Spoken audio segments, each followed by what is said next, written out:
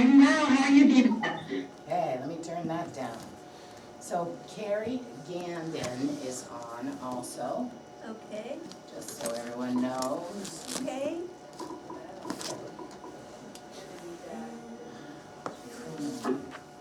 And this is gonna be 15 minutes, and they probably won't be an opportunity to ask questions. Yeah, yours are good.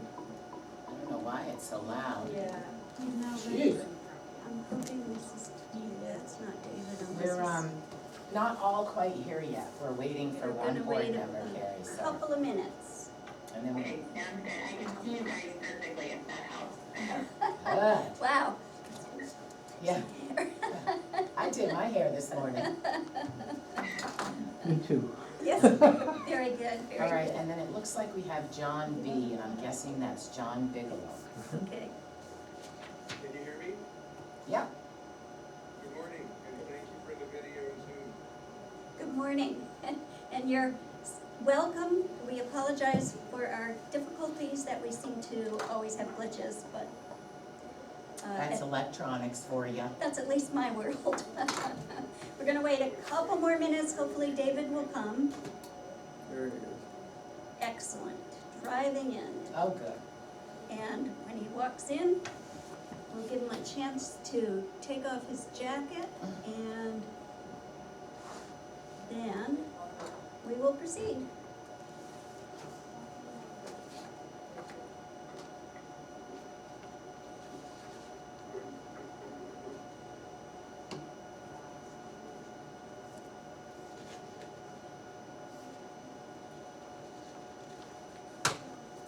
And you, papers are there for signatures, right? These two papers are here, and David has That's the the other. original of the escrow. Right, okay. Yeah, told you that already. That's all right, I don't remember what I said 10 minutes ago. Okay. This is today's 7th. Today is the 27th, yes. Okay. 7. You sure it was him? Yeah, I think so. Okay. His pickup. Truck that turns all wheels. Mm. He likes his vehicles. Well, his truck is pretty fun and cool, I think. Jealous. I want a cool truck like Good that. morning, David. Yours, Ben, your Your new one truck is out there. gorgeous. Isn't it nice? It's You didn't see beautiful. Ben's truck? Oh, yeah, there Oh. it is. You drove right by it. Every time you drive by my house, I go, oh, I would like that truck. Okay, You should have got the supercharged one with 800 horsepower. That's what you would have got. At 9:48, I am opening the meeting. This is a brief meeting to finalize a few of the issues we had at our last regular board meeting. We are not going to be having public comment. Folks can always email in something if they feel that they need to ask questions. First item on this agenda is the equalization ratio. For the year 2021, I believe. And this was done, I did inquire of Todd. As Dina explained last time, this was done by Todd using a set of numbers. This information is available to the public. And it is required that the select board members sign off on this, although it is done by the individual that we have hired to do our assessing. Correct. So, having gotten that information from several different people and having a third time to look through all of this, I'm willing to sign it. I certainly would not be able to testify in court as to anything about it. David and Ben, what are your thoughts on this? This is the 2021 equalization ratio disbursement. There's several different items here. And just so you know, if there was any testifying going on about your equalization ratio, Todd It better- would be It better going. be Todd. That's right. It's Not not the gonna board. be me. not the board. They wouldn't get much out of me.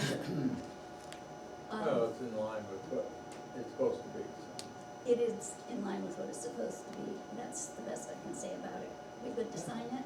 Yeah. Okay. And while you're signing, I'll also say that at my last class, the DRA was there and we actually had a conversation about the fact that in the last, I forget how many years it's been, 2 or 3, that the DRA changed and they're requiring the select board to sign every single document that comes to them.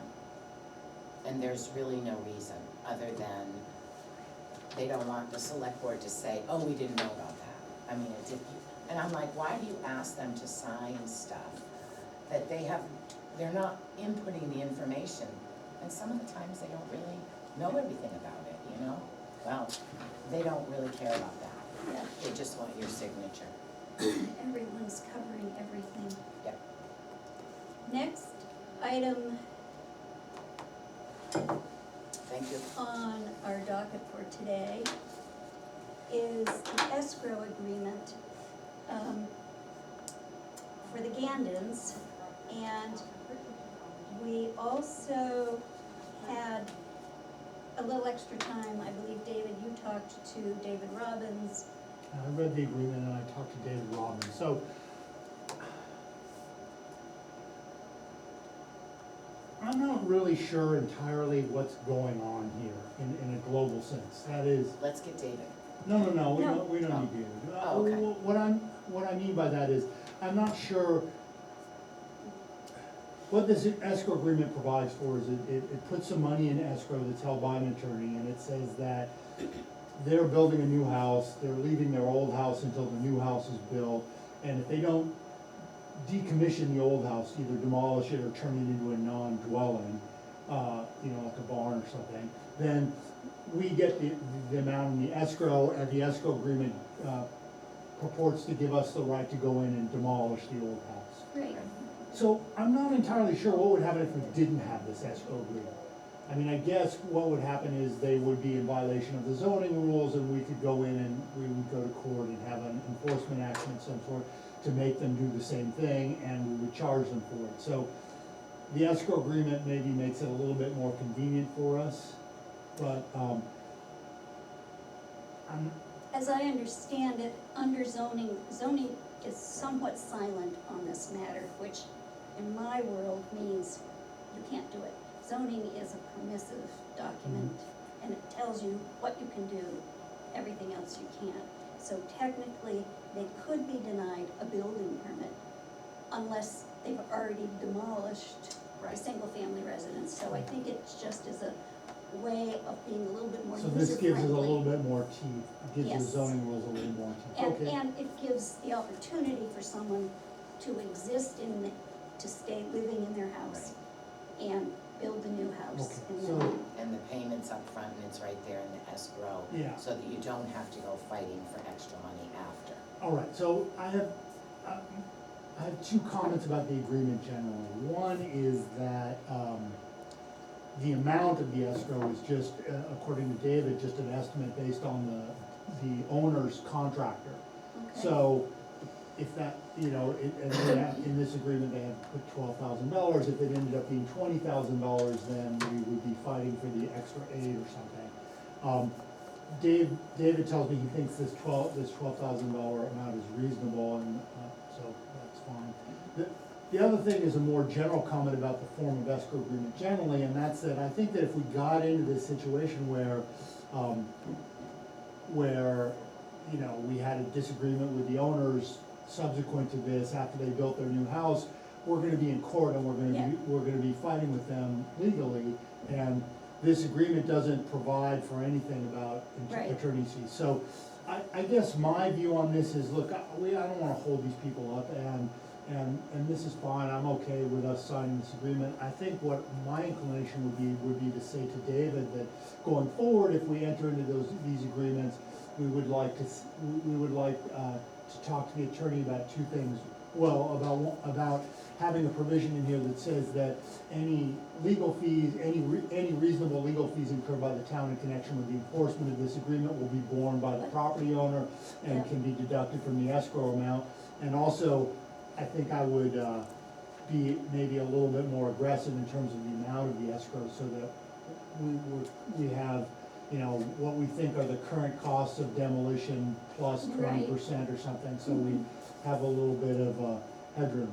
That said, this agreement is already done, I understand we're holding these people up right now, so I don't feel strongly enough about either of those 2 points to wanna renegotiate this at this point, and I'd be fine signing the agreement as is. Okay, Right. and I had concerns about whether or not, I read the agreement, and it was something that seemed to cover the issue at hand.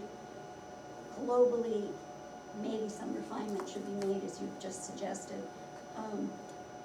My initial concern was, were we taking on an authority we don't have? And David Robbins had already run that by our town council, and we do have the authority to do this, so we're not enacting zoning outside of zoning. I mean, you know, the bigger issue is the rule itself, which I gotta say personally, I think is ridiculous. If somebody has enough property and they wanna put a guest house up, I Yeah. don't understand That- why we would say they can't do Right, that. well, But zoning is pretty restrictive, and that's one of the ways that it's restrictive. So, Ben, what are your thoughts on this? I'm fine with You're fine with it? I'll take a motion in a second to approve the escrow agreement. it. I'll move it, I'll second. Thank you. All those in favor say aye.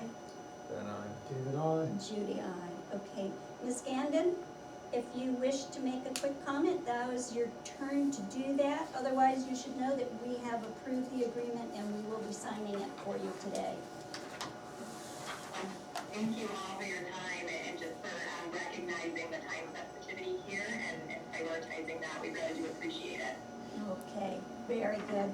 We wish you luck with your construction Yeah, project. no kidding. Nice to meet you. This may be the easy part.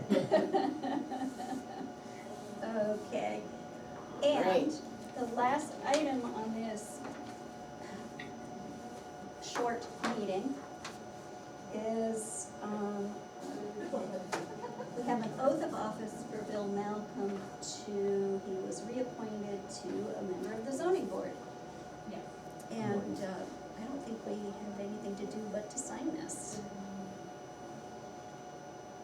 I was thinking about that, we really can't not approve it, because it's not up to us.